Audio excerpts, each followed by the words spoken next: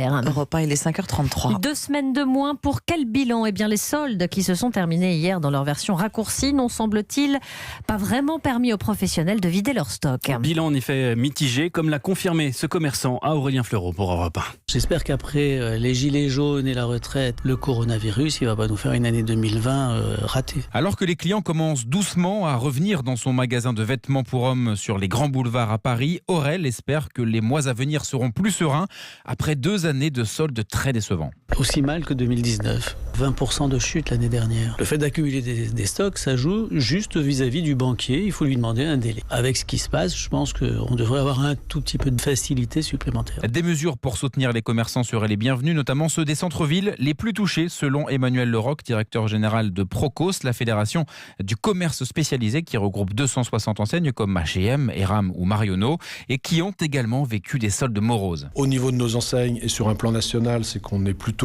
en négatif, en fréquentation de l'ordre de moins 10% dans les magasins. Et on espère juste que les magasins et les commerçants auront suffisamment nettoyé leur stock. Et seul motif d'espoir auquel les commerçants s'accrochent, que nous puissions enfin dépenser les gains de pouvoir d'achat de ces derniers mois.